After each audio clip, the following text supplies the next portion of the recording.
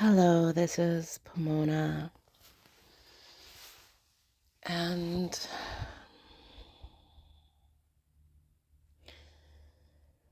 I've been thinking a lot about timelines and religion and angels and demons and darkness and light and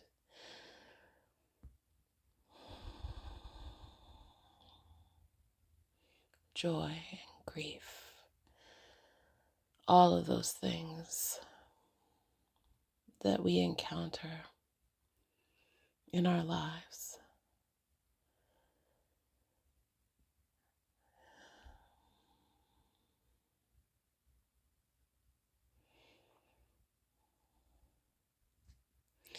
And then I get pulled out to the big picture, the soul view, the heavenly view, the angelic view, possibly.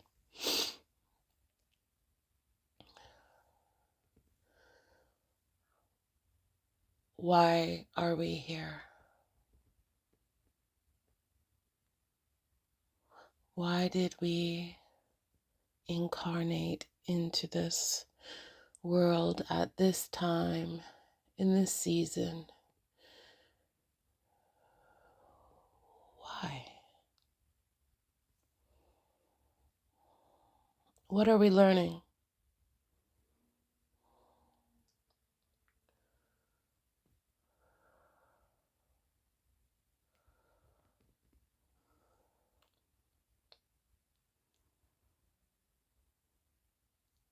What is the big picture?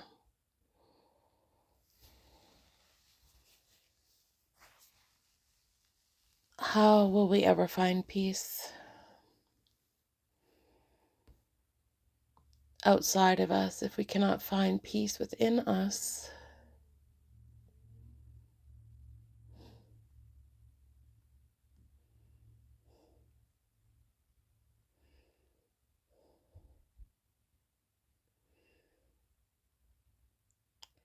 The words unspoken,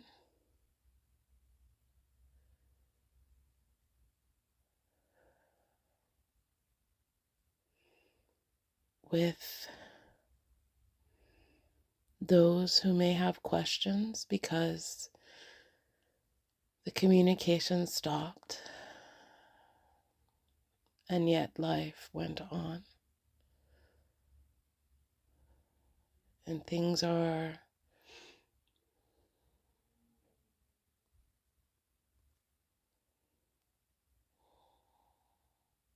placed on pause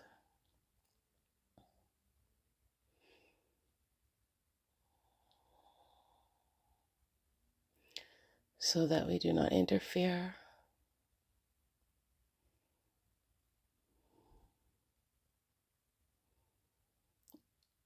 because of our pain and karma. Ugh. But what if we just dealt with it and said, I was reacting in my ego.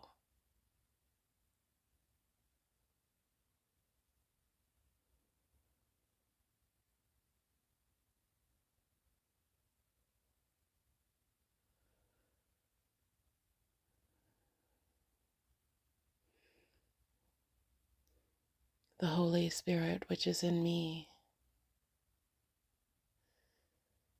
can see the Holy Spirit, which is in you. And we come from the same source, love. And that is why we are here.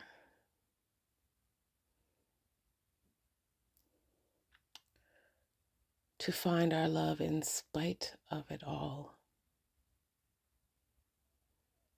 Not because of it all. That's a weak game. We came here to learn the hard version of things.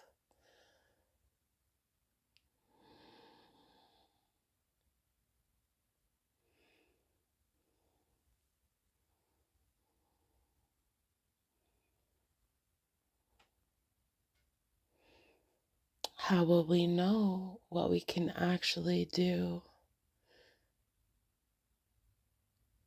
if we do not try?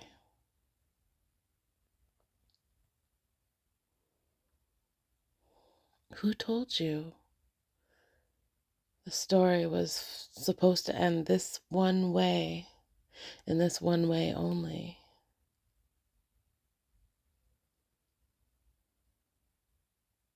What if you did the unexpected and a miracle happened? Because you did that thing which no one expected you to do. And you changed the course of time for yourself and for those around you.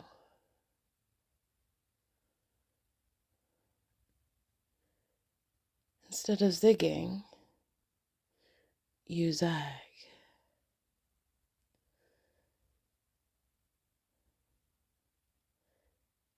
Instead of anger, you bring understanding. However,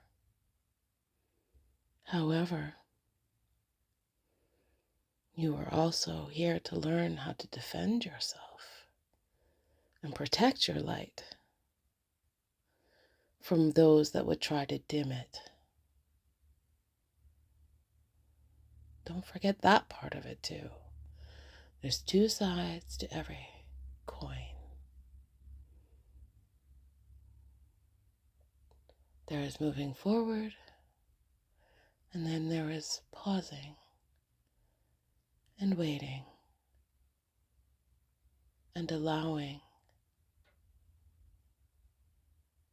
miracles to come in.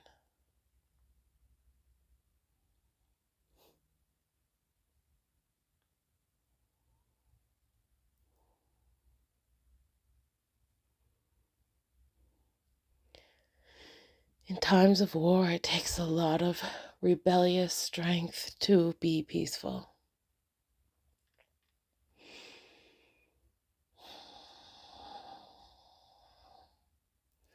If they want you to fight, you love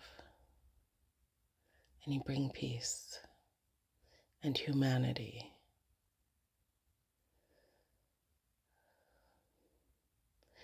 Those who take from the innocent and take advantage of, those who do not live for others, but only for themselves, are going to be going through a few things soon. And those of you who are still the givers in spite of it all, a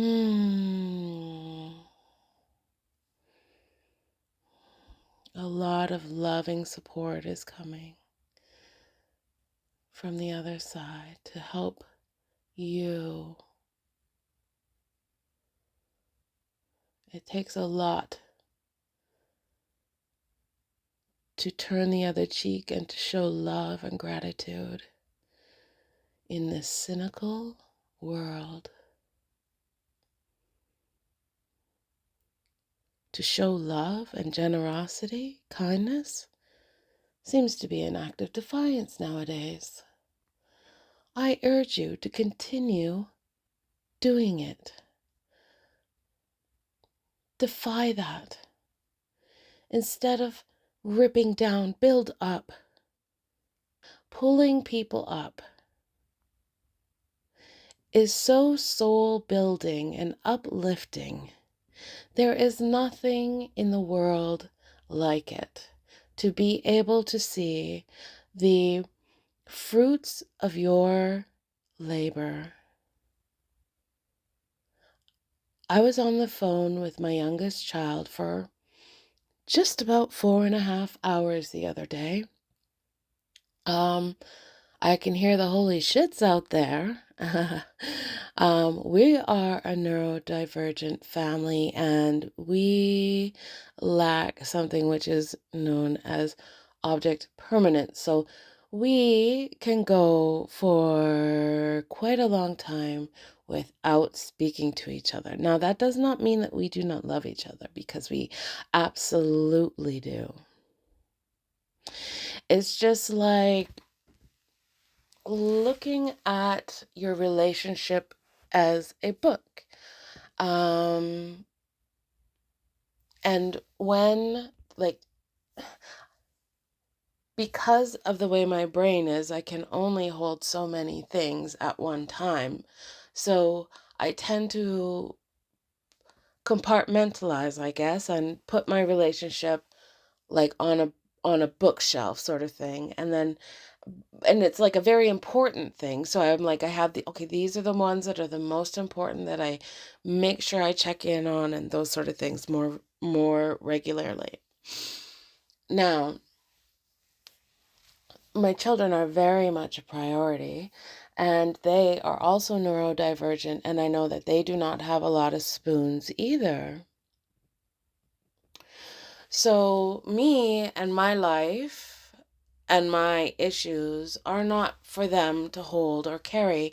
They are to carry their own load and figure out how to be in this world. And mom and dad are absolutely here to bounce ideas off of and ask for help or assistance or guidance, whatever that looks like. We are still our children's parents, but we are allowing them to expand their bubbles and make new connections and that sort of thing, and find other new resources. And it's actually quite beautiful for my husband and I to witness their um figuring out of the world in a safe way, without pressure of society causing um too much pressure and um anxiety for them, because they are very mm, creative souls, and very um passionate and driven for their perspective, um passions, and the things that bring them joy. So I want to encourage them with freedom, but also having them know that there's that structure of home always available to them. And so, because of our neurodivergent brains, we can go weeks on end without talking to each other. And sometimes it's even longer than that. And there's just not judgment, because we make space for one another, and we understand what's up. And so because of the love that we hold for each other, we give an abundance of space to say, like, hey, can you turn down the water, or can we do this conversation later? The background sounds are really distracting me, and I'm having a hard time communicating or staying focused on this conversation with you. And it's like, just like that. And it's like, because we were all so dysregulated with each other, sometimes it was like we had to really learn how to communicate very, very well, and lovingly with each other, and gently with each other. So, all of that being said, to say this, my youngest has severe learning differences, and has always since birth. And there we have worked tirelessly to help our youngest fit into society and not end up a statistic in jail or on the street, because a lot of the people that you see that are unhoused or in trouble, they may have an undiagnosed learning difference, like a neurodivergent brain, ADHD, autism, those sort of things, and or the person has like complex post CPTSD. Okay. These are things that I've just come across in reading over the years for my own understanding and edification. I have done a lot less research since they have moved out and moved on to higher education. But we were very, very involved in the success of our youngest as far as schooling, because I wanted them to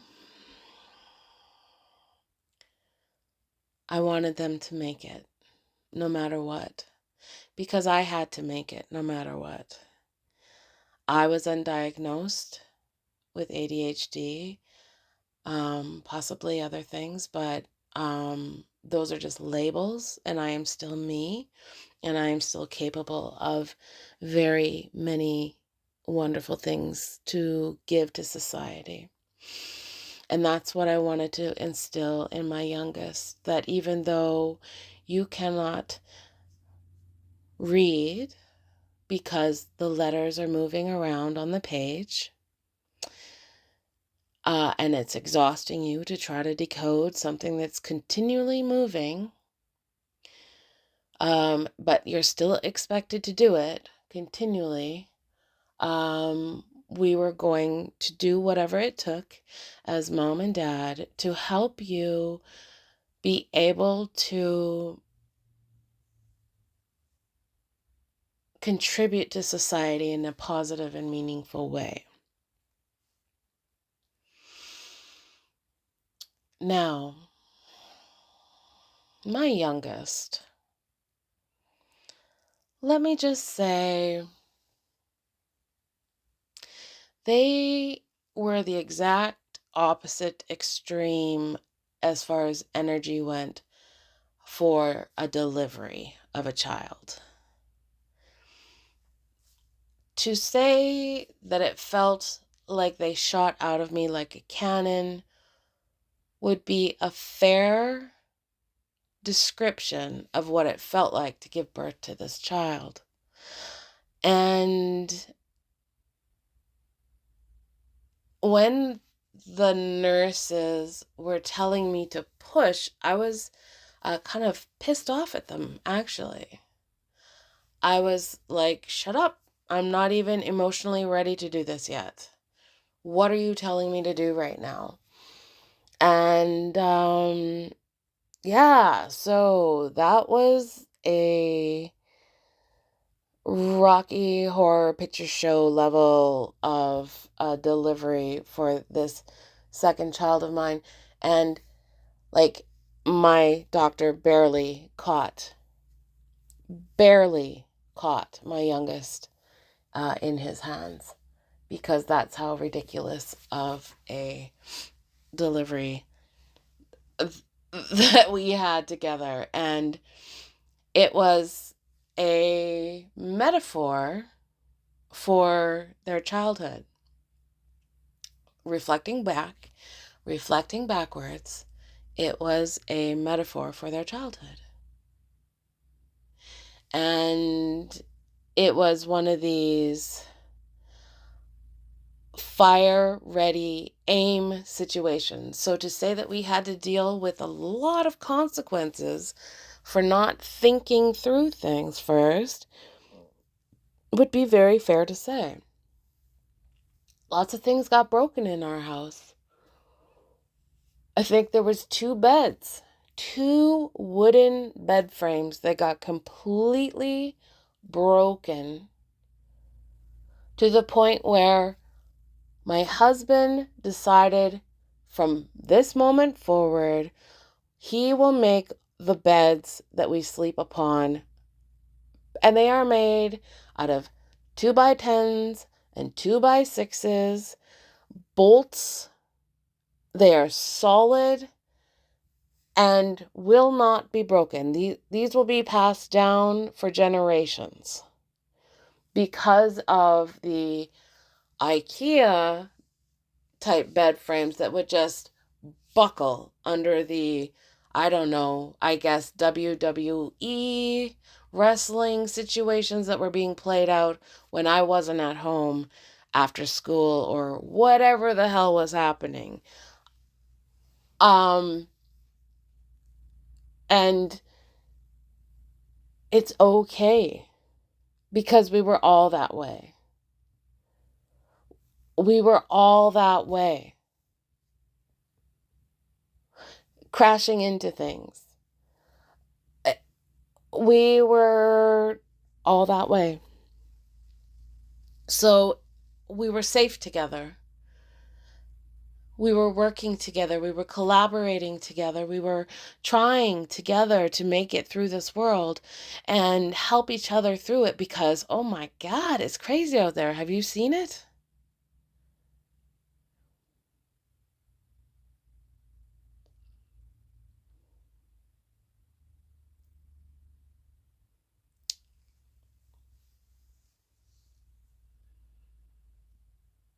So on this conversation with my youngest, they were talking about their homework and how they were feeling like they were getting burnt out in college because not only are they, sorry, my bad, university. Oh, I forgot to tell you a little story, a little backstory, so that you can understand my youngest brain a little bit, just a little tiny snippet of a little bit of science based on a test that they had to take in grade 7. Because they were still not performing to standards in grade 7. They were not meeting standards or expectations, despite all of the interventions of all of the teachers and all of the helpers and all of the librarians and everybody who was on their team rooting for their success in life in this elementary school that we called home from kindergarten to grade 7.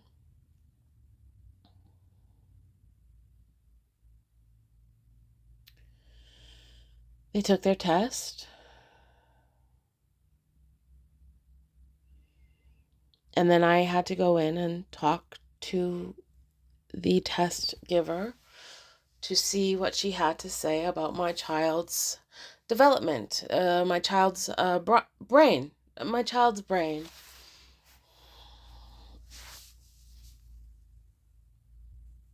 Based on tests from schools. So, fart noise to that, right? What is that? If you judge a fish by how he climbs a tree, okay, sort of situation. So, the basic nutshell condensed version was this. Your child is still reading at a grade 1 level. in grade 7. We don't know how long it's going to be like that. We don't know how much energy they should have to spend on that, because there are things that we could do to help push them forward. And there's programs that we can use to help preserve their brain energy so that they can perform at actually where they're really, really good at, because their comprehension in grade 7 is at a university level.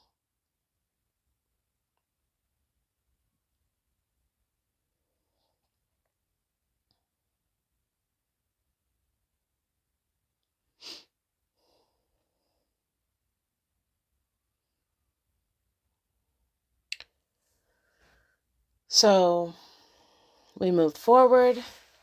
We had more supports in place. We worked diligently. I would wake up in the morning,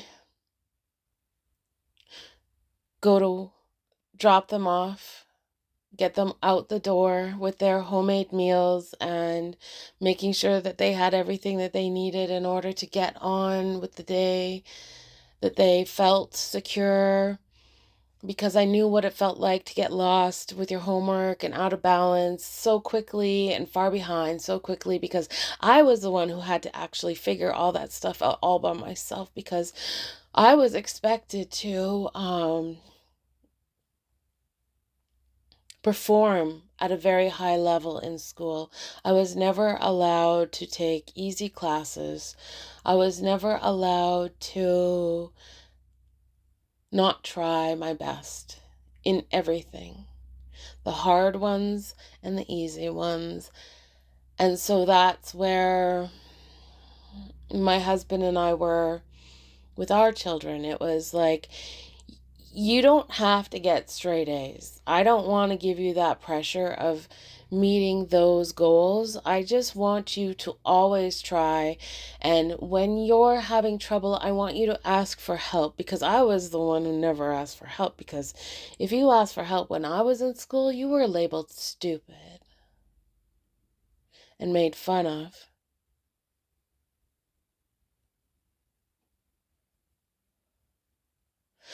So because you didn't learn the same way everybody else learned, and you were falling behind, you were therefore called stupid. So then I had to just decide, am I going to listen to my teacher, or am I going to take the notes? What am I going to do? I guess I'm going to take the notes, the endless, copious notes on the overhead over and over, day after day, and then taking it home to reteach myself what I didn't hear the teacher say. But I couldn't read very well either, so I had to come up with a lot of systems and ways to make it through school. And then my children are suffering from the same fate as me and their dad did in school. And I was like, well, I know what I needed, so I'm going to do my very best to give my child what I needed so that they can rise above and do better than me.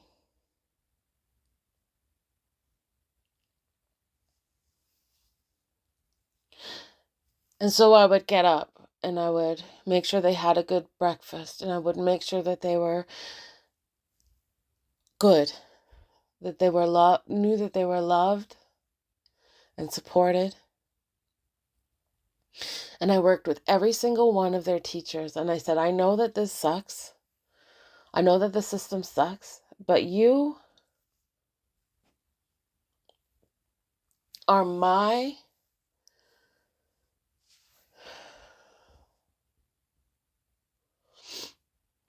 surrogate for my child right now. You have to give them everything that you can give them, and I will make sure that they are well behaved and listening to you and working with you in a loving and respectful way, because that's what you deserve as their teacher. And I see that and I recognize that in you. And that's how I approached my relationship with their teachers in elementary school. As my partners, not my enemies. The amount that those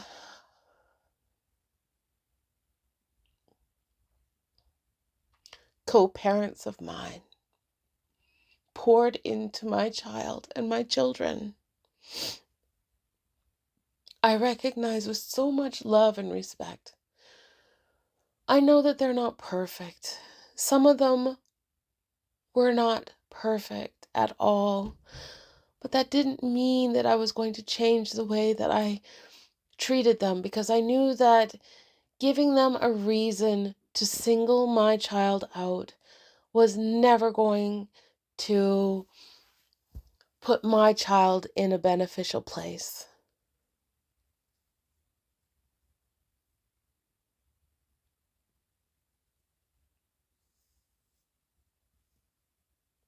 They were my partners in raising my children with my husband and our extended family.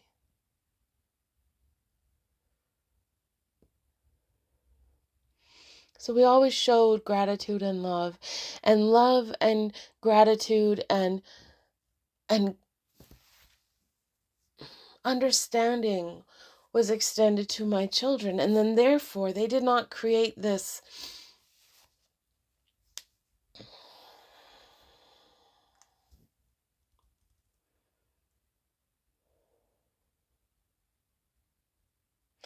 defeated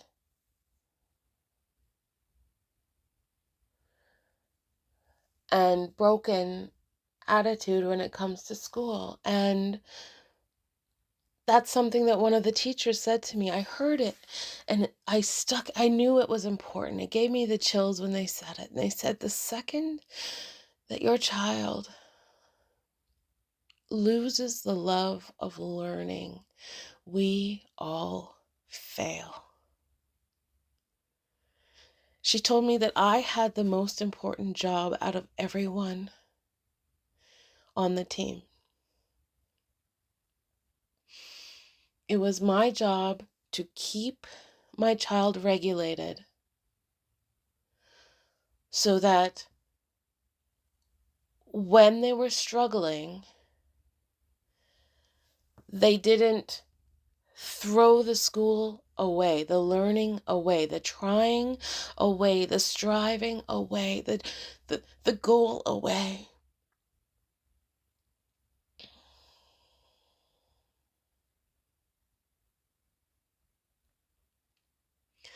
The goal was the love of learning. It wasn't straight A's, or the goal was the love of learning and hope.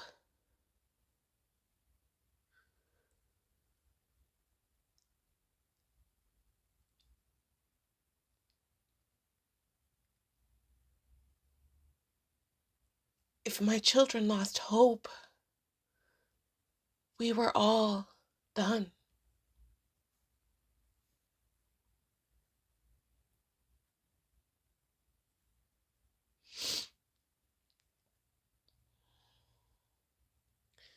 How do I help them? What is the one thing that they love to do that makes them happy, that brings them joy?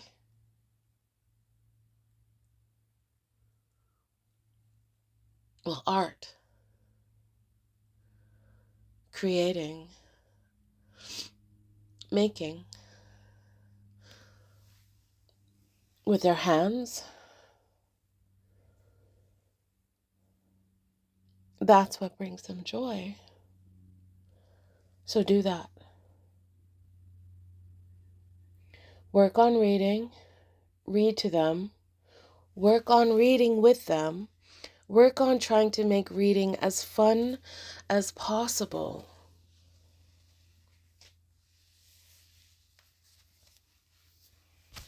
Work on those things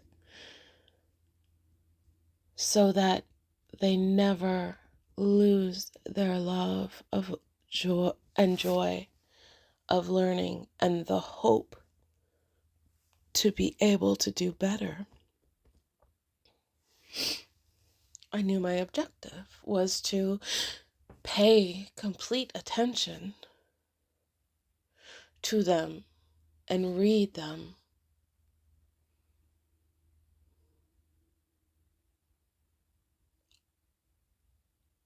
And so that's what I did. I did my best to sit at the table and find ways to bring these symbols to some sort of meaning for my child who does not see the world in the same way. Their brain does not process the symbols in the same way. So I had to deconstruct how to create that for them so that they would be able to learn how to be in society in a basic way.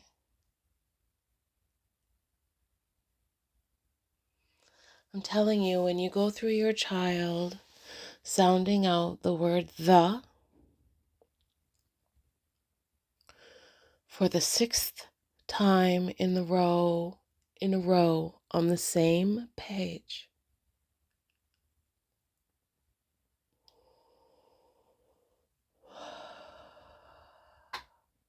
you feel pretty hopeless and wonder what their life is going to look like if they can't even recognize the word the on a page. I remember being so absolutely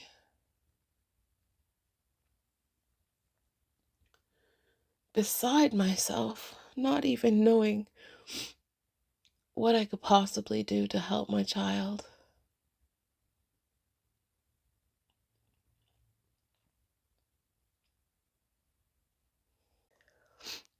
I just was at my wit's end. And always when you're at your wit's end, you're like, help. Can somebody know anything about anything? And so I just set out a little prayer in my mind, like, hey, anybody out there got any ideas of anything I could do to help this child succeed here?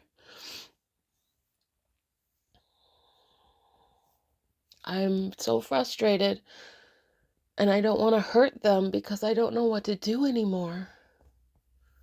Out of my frustration, like I don't know what to do.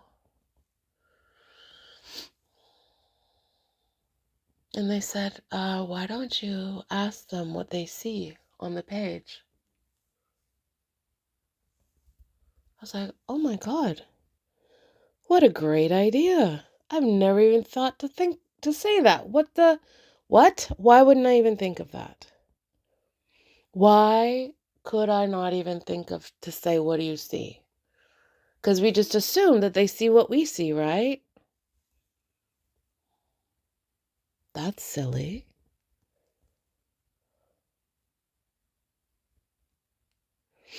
So I said, sweetheart, this word is the same word as this word, is the same word as this word, is the same word as this word, is the same word as this word. We have done this so many times. I don't understand why it's not sticking in your brain, sweetheart. What is it that you see on the paper when you're trying to read the words? And they said, well, the letters are wiggling all the time and moving around, and I need to try to figure out what letters go where so that I know the word.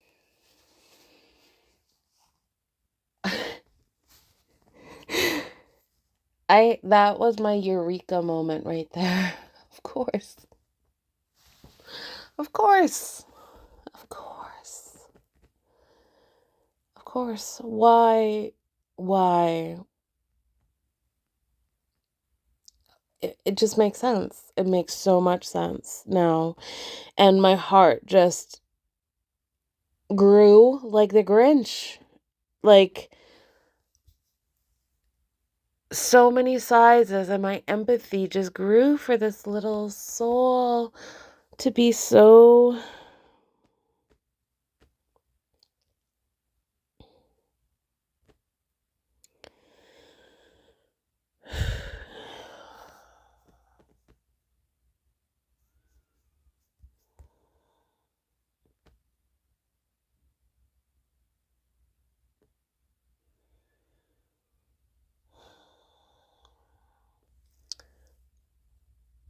far behind in some aspects when it comes to the written word, but at the same time, absolutely loving talking with me about books and listening to books. We went to the library every single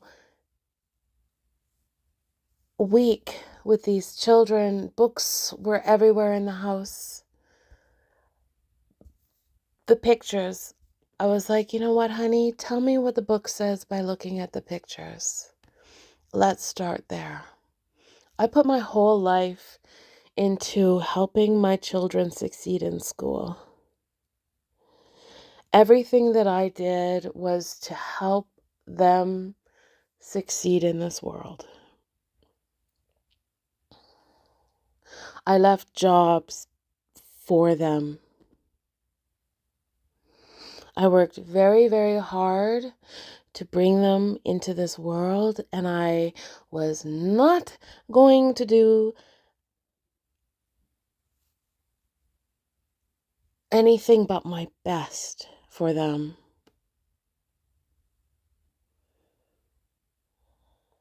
It felt like it was a mission for me.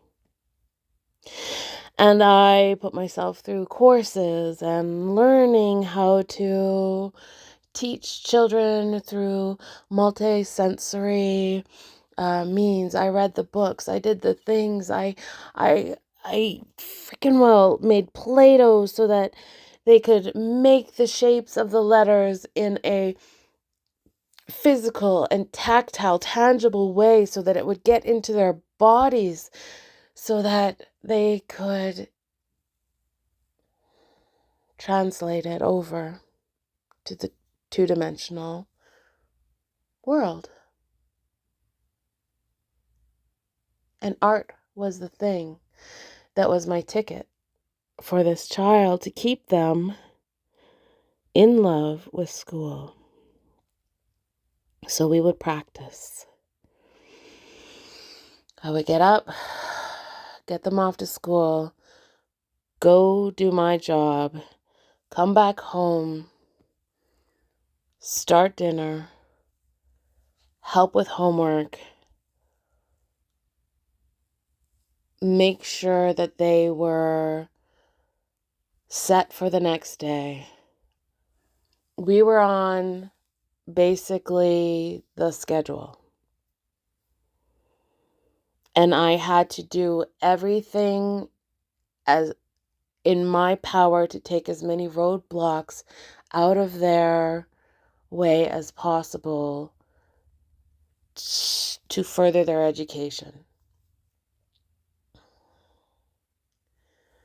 And it took a lot of work and a lot of finesse and a lot of relationship building and trying a lot of different things for them. And the consistent winner for them was art. So we would be working, sometimes till 10 at night. Some days I didn't stop working until 10, where I would fall into bed, having barely brushed my teeth and gotten into my pajamas, my jammer jams.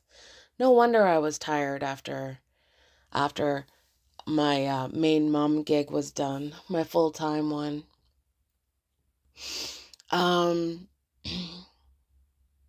So we would be reading and I would be watching them and we would be working on those things for them.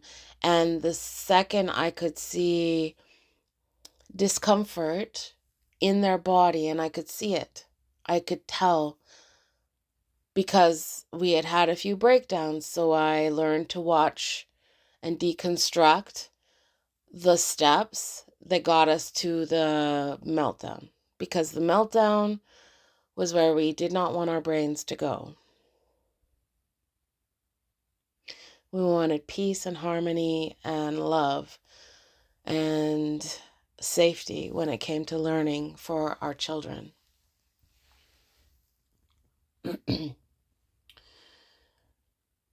And so we would be going, and the teachers gave me full permission that the second that our youngest is done, take the homework away. So sometimes that was like 5 minutes in, and sometimes we could get a couple hours done. It depended on how stimulated and how much drama and shenanigans that they had to deal with the other children who didn't have the same issues as they had, who thought that they were lucky to be able to leave class for extra help.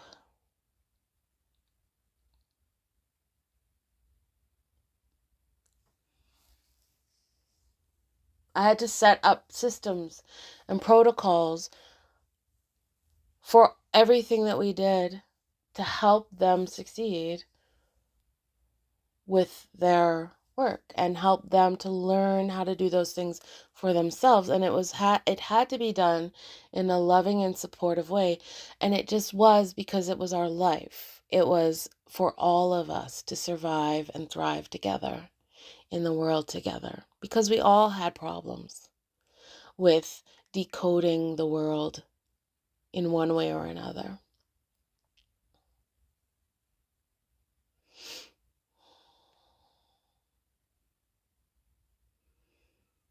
So the children grew up as children do, and we did our day-to-day Groundhog Day, inside, outside, upside down, school plays, artwork, clay projects, homework, tears, tantrums, lunches, laughter, plays, dances, around and around and around and around, until we got off that game, off of that system.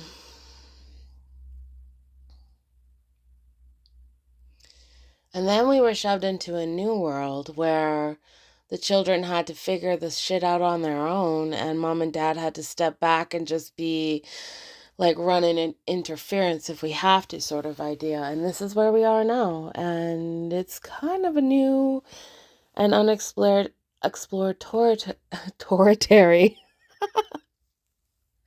Hello. And there's where my divergent brain shows up, right there. Unknown territory of adulting. All of us at the same time. On our own sometimes, and having to show up for ourselves and say, because it's easier for us all to do things for each other. We all love to have fun together and to make things good for each other. That we didn't have a problem with those things. It was the being on our own and still being able to fucking do it without a cheerleader helping you on. And that's where we find ourselves now. So, long stretches of quiet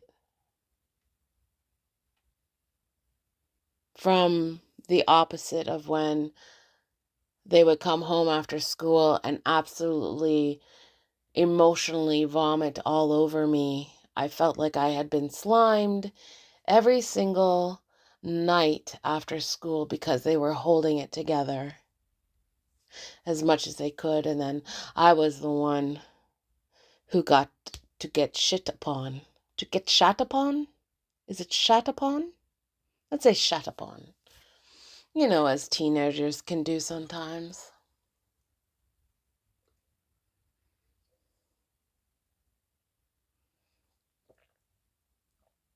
I am happy to say that we have moved past all those shat upon days, and we are in a lot more healthy and loving communication style where we are more regulated and we have a lot more space and understanding being held for each other. And my youngest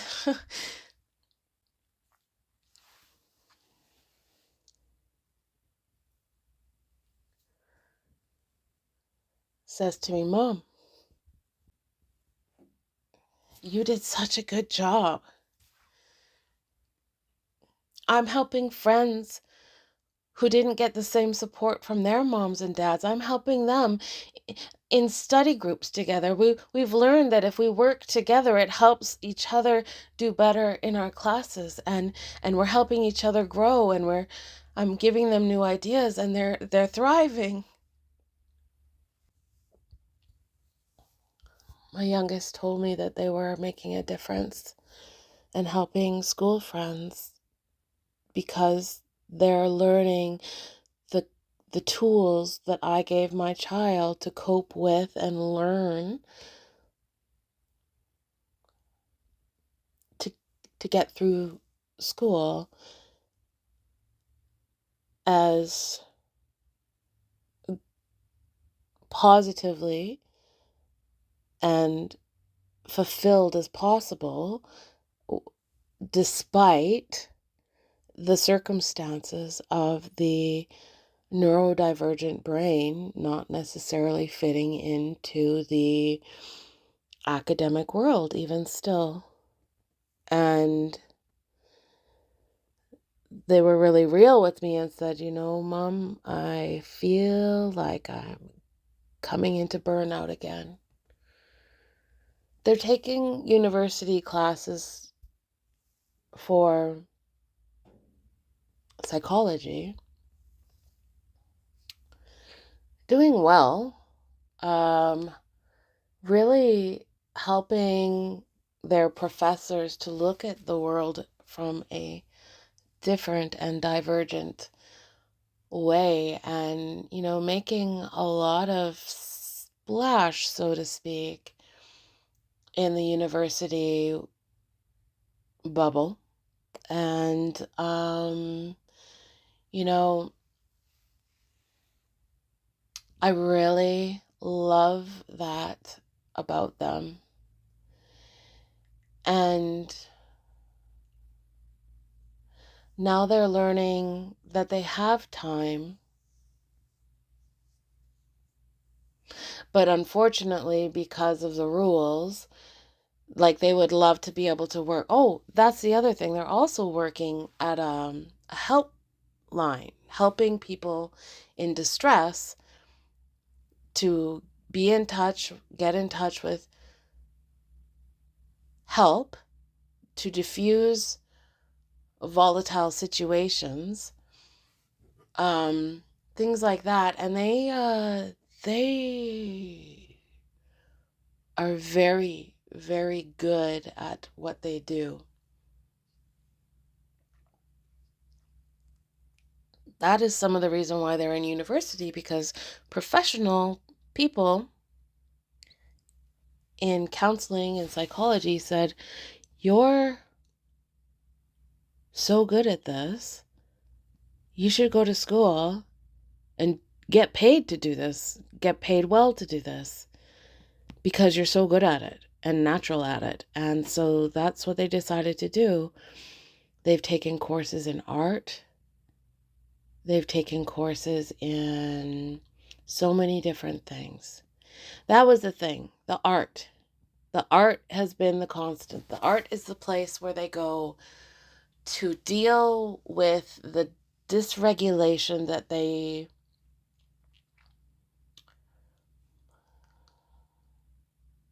feel or collect, I guess. It's sort of like you kind of get dysregulated and then you have to mask or something because you're like in a professional place or whatever, so you have to kind of put that to the side and deal with it later. And because you do not have I don't know how to explain it to you. Things like sounds, things that most brains are able to ignore, we can't. We hear it all. Like if I'm in a room and there's 20 conversations going on, I'm aware of all the conversations. I can't help it, and it's overwhelming. And I have to work diligently to focus on who is directly in front of me, and it is a lot of work to do that.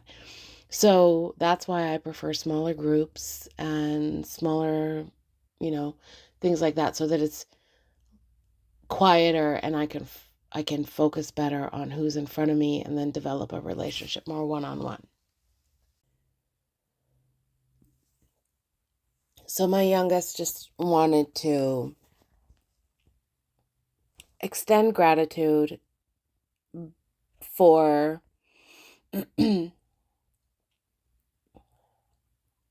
investments that I made to help them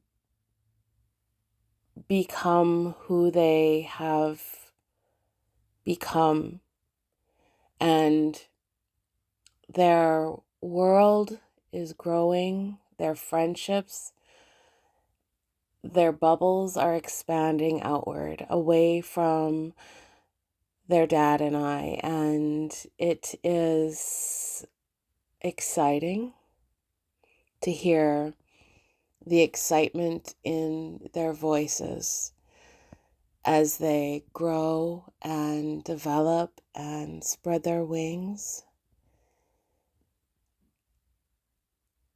And it's nice when they come back every once in a while to the nest to tell me about all of the things that they've seen and that they've done.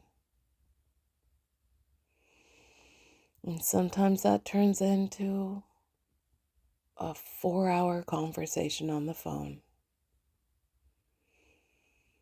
Moderation is not necessarily something that comes from a divergent household. That's a constant work in progress, a constant practice, and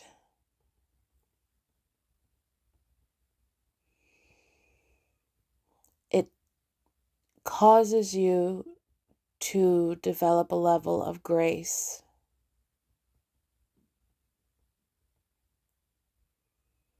for another that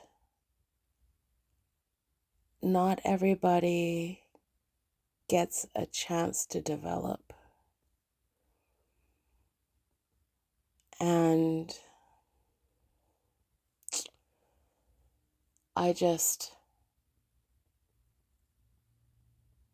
reflect back to that moment when I was so pressed and frustrated and at a loss and worrying if my child was going to be okay. And I would just say, they're more than okay. They're fantastic. And it's because of community and collaboration, determination, and love.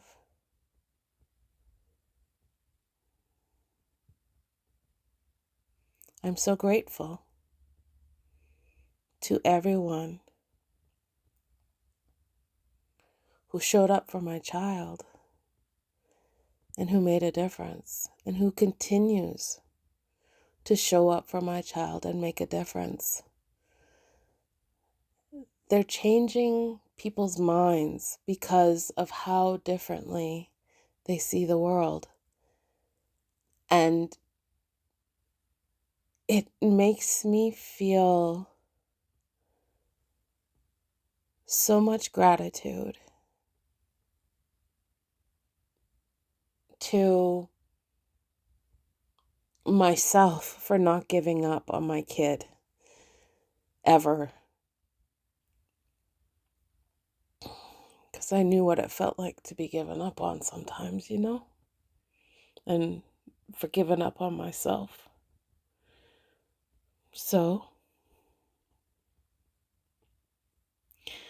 now is our season of showing up for ourselves. All of us. And however that looks. How are you going to show up for the people that you love?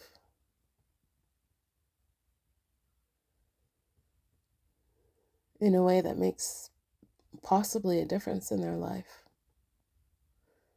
The difference between a lot of different scenarios, It's not easy to show up every day.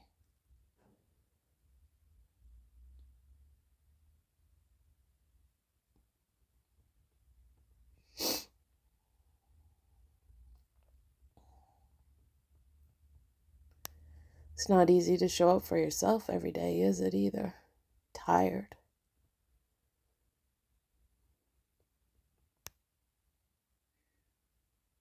It's okay to be tired.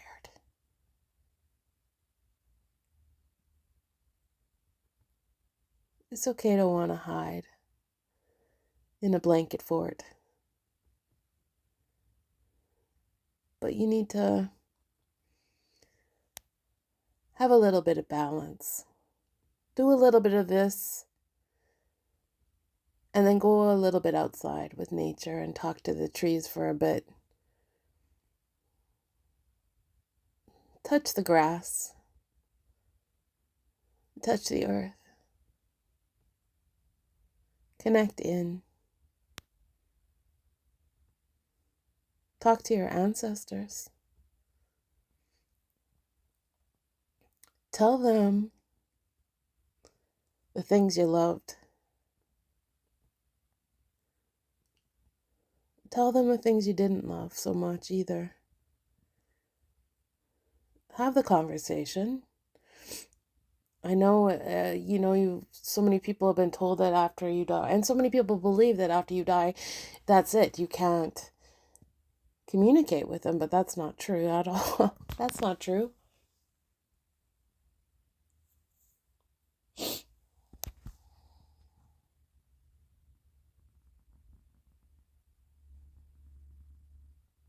Love is never separated from each other.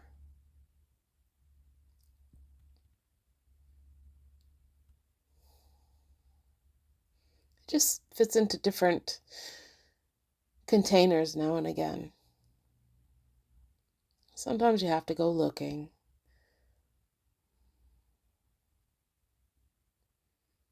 But the love is there. If you give it space.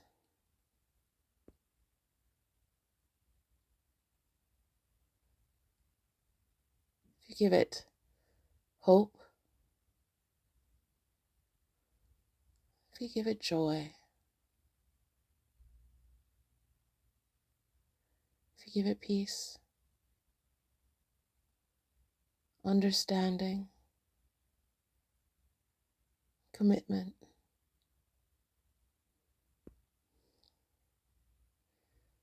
It can pop up again.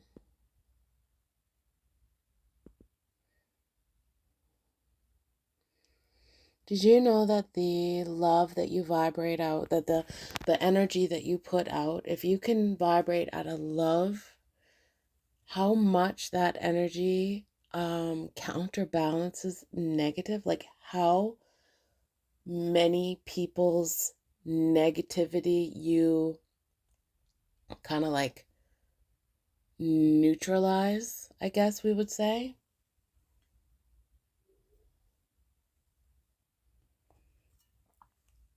It's quite a lot, you know. It's something to work towards, I think.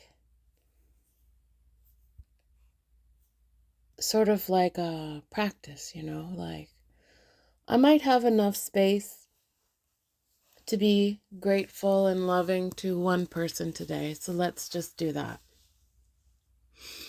Do that. See what comes. Who knows? It might gas you up to do a little bit more the next day. And like attracts like. So you gas somebody up, they feel awesome. They gas you up, you feel awesome.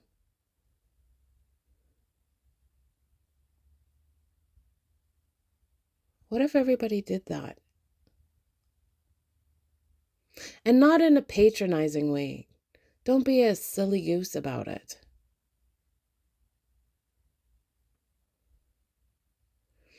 If somebody does something for you that makes a difference in your life, please acknowledge them and please give back energy to them, because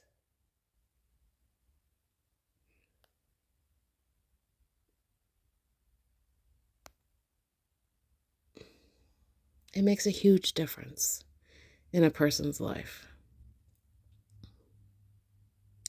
To feel valued, to feel seen, and to feel appreciated in this world is a huge, huge thing.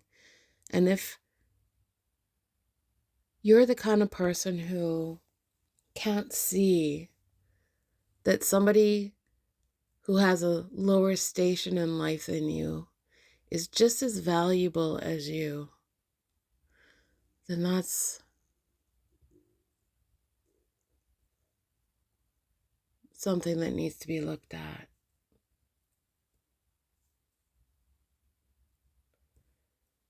And if you run across somebody who behaves that way, I would say don't spend too much time with those kind of people, for fear that their behaviors might become your behaviors.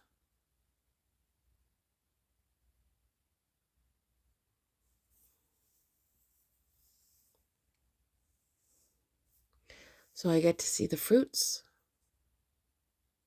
of my labor from over 20 years ago now. I finally get to see it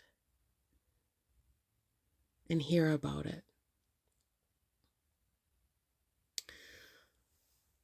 It is important for us to plant seeds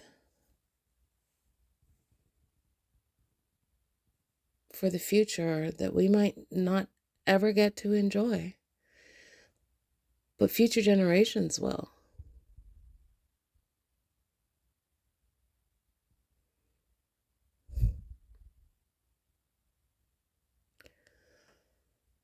If you've made it this far, and if I've kept you here long enough, I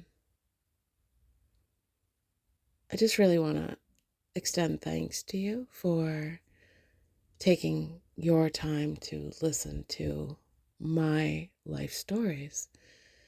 And these are all just life events told in sequence from my perspective as a mother of neurodivergent children, as well as being a neurodivergent parent and partner alongside my neurodivergent husband, dealing with the world as it is. This is just my sort of version of the 3D world, and then I have a version of the spiritual world that is directly linked in and tied with all of these things as far as I'm concerned. And not everybody feels that way, and that's okay if you don't. But it has helped me to maintain my focus upon my goals and be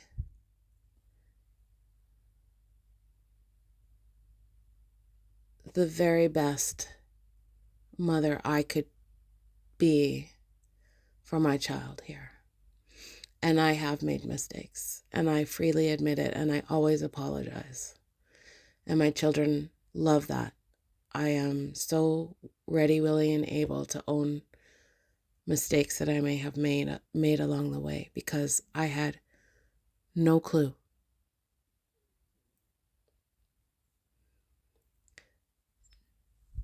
There was no manual that came out after that cannonball birth. No instructions came. Sometimes I felt like I was on a roller coaster ride. So to parents out there who are in the middle of the struggle, I tip my hat to you, dear ones, who are giving it your best, to all the teachers who are giving it your best, to all the students who are giving it your best. Oh, we're better together, right? We need each other so much, and it's good to need each other. It's good to need one another. It's good for us to need one another.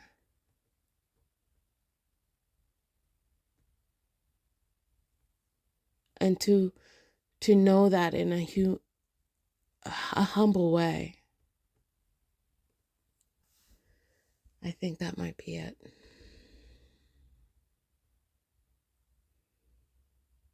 I'm so grateful.